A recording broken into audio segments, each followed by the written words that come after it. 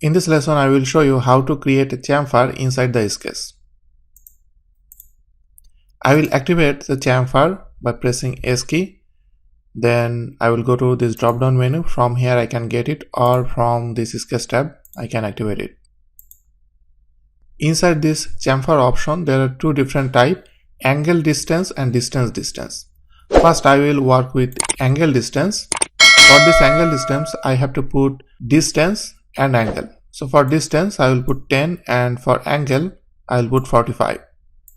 Then I have to select a corner. I can select corner by using this point, and this is my result. If you feel this is not right, you can undo this, or if I want I can select line by line. So I will select this line, then this line.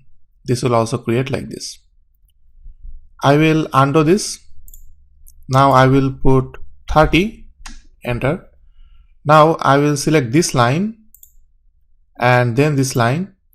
Then this is my chamfer. This will count distance from the first line. When I will select first line, it will count 10 from this point to here. This is 10, and angle will start to count from this line, which is 30 degree from this line. But if you want to change it, if you want to make angle this side, in that case you have to change it. I will undo it.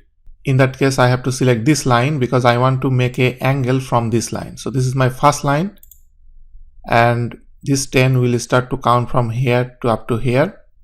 Then I have to select 10, and this is my angle, this is my distance. Now I will work with second method, which is distance distance. For this distance I have to put two different distance. So I will put 10 and 20. If I select 1, it will start to count from here to 10. So this is my first line. For second line I will select this, and you can see from here this is 10, from here this is 20. I will undo this again. Let's say you want to make a distance, but you want to make this equal. So I will select it equal. I have to put just only one dimension.